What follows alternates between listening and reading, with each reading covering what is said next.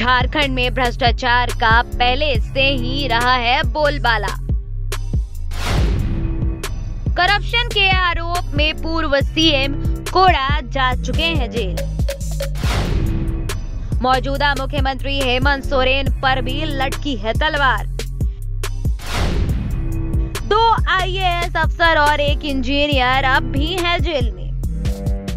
झारखंड के 2 आईएएस अफसर पूजा सिंघल और छवि रंजन फिलहाल भ्रष्टाचार के आरोपों के मद्देनजर जेल की हवा खा रही हैं। चीफ इंजीनियर वीरेंद्र राम भी शिकंजे में है।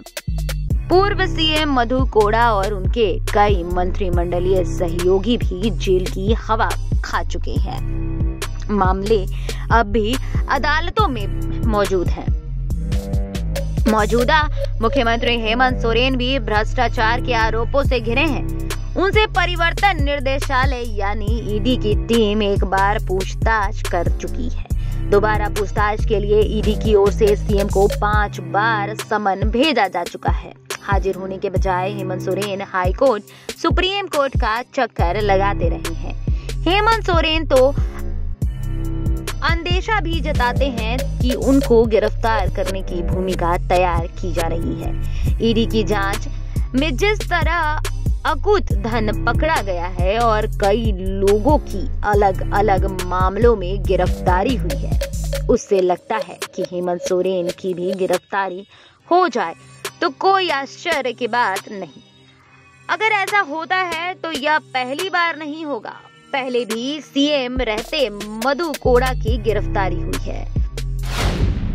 पूजा सिंघल से 19 करोड़ रुपए हुए थे बरामद।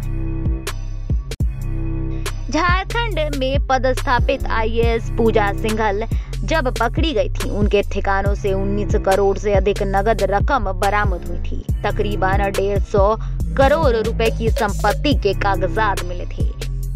नोटों का पहाड़ देख ईडी अफसरों को उनकी गिनती के लिए मशीन मंगानी पड़ी थी।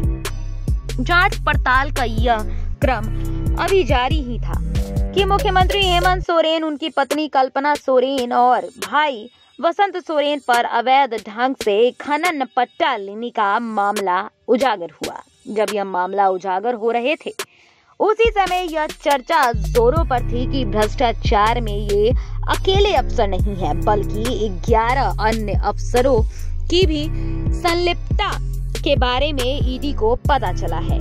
पूजा सिंघल के बारे में कहा जाता है कि वह किसी भी पार्टी या गठबंधन की सरकार हो, उनकी हर सरकार के मुखिया छंटी पटती रही है।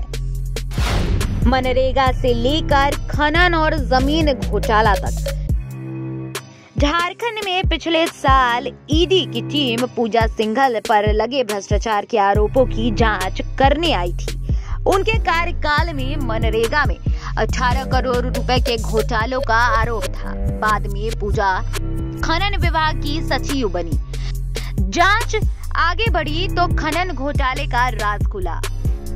संताल परगना में खनन घोटाले के आरोप में कई लोग पकड़े गए, जो सीएम हेमंत सोरेन के करीबी बताए जाते हैं। पूजा सिंघल का रुतबा इतना कि मनरेगा घोटाले का आरोप लगने पर पूर्व सीएम और उड़ीसा के नवनियुक्त राज्यपाल रघुवर दास की सरकार ने जांच में उन्हें क्लीन चिट दे दी थी। खैर, ईडी को मनरेगा घोटाले की जांच के दौरान ही झारखंड में भ्रष्टाचार की गंगोत्री का पता चला। एक एक कर अफसर, सरकारी कर्मचारी, सत्ता के दलाल और माफिया गिरफ्तार होते गए। जांच की आंच हेमंत सोरेन तक भी पहुंच चुकी है। यही वजह है कि ईडी ने अब तक हेमंत सोरेन को 5 बार पूछताछ के लिए बुलाया है। हर बार अलग अलग वजहों से वे ईडी का सामना करने से कतराते रहे हैं। अब तो वह कोर्ट की शरण में है और ईडी ने भी चुप्पी साध ली है। ईडी की चुप्पी के बारे में एक्सपर्ट्स कहते हैं कि यह बड़े तूफान के पहले की शांति है। तमिलनाडु की जयललिता याद आई। झारखंड में पूजा सिंघल और चीफ इंजीनियर के घरों ठिकानों से जब ऐशो आराम की चीजें और बड़े पैमाने पर नकदी बरामद हुई, तो तमिलनाडु की सीएम रह चुकी अब स्वर्गीय जयललिता की बरबस याद आ गई। वर्ष 1996 में जब जयललिता के घर जांच एजेंसी का छापा पड़ा तो 800 किलो चांदी, 28 किलो सोना, 750 जोड़े जूते चप्पल, 10,500 साड़ियां, 51 घड़ियां और दर्जनों ऐसी चीजें मिली थी। आश्चर्य इस बात से लोगों को तब अधिक हुई थी जब अपने कार्यकाल में जयललिता ने 1 रुपए की बतौर तनख्वाह सरकारी खजाने से लिया था। फिर इतनी संपत्ति उनके पास कैसे आ गई? सुखराम के घर से भी बरामद हुए थे बेहिसाब नोट। पूर्व केंद्रीय मंत्री सुखराम की कहानी तो सबको पता ही होनी चाहिए। उनके घर सीबीआई ने छापेमारी की थी तो नोटों की गड्डियां देखकर सीबीआई के अफसर भी बहुत चक्के रह गए थे। तत्कालीन सीबीआई डायरेक्टर जोगिंदर सिंह ने तब कहा था कि जिंदगी में इतने नोट उन्होंने कभी नहीं देखे थे। पूजा घर में नोटों की गड्डियां छिपा कर रखी गई थी। लालू यादव पर भी सीएम रहते ही चारा घोटाले का आरोप लगा था। बाद में उन्हें सजा भी हो गई। फिलहाल लालू जमानत पर बाहर है, लेकिन सजायापत्ता होने के कारण वे चुनाव नहीं लड़ सकते। अब भी उन पर जमीन के बदले नौकरी का केस चल रहा है। परिवार में 1-2 को छोड़ कर सभी सीबीआई और ईडी के रडार में है। सरकारी पैसे की लूट और घूसखोरी हर जगह। सरकारी पैसे की लूट और घूसखोरी अब भी सबसे बड़ी समस्या बनी हुई है। वर्ष 2006 से 2021 तक के 15 साल में बिहार में 4000 से अधिक सरकारी बाबू आय से अधिक संपत्ति अर्जित करने के मामले में जांच के दायरे में है।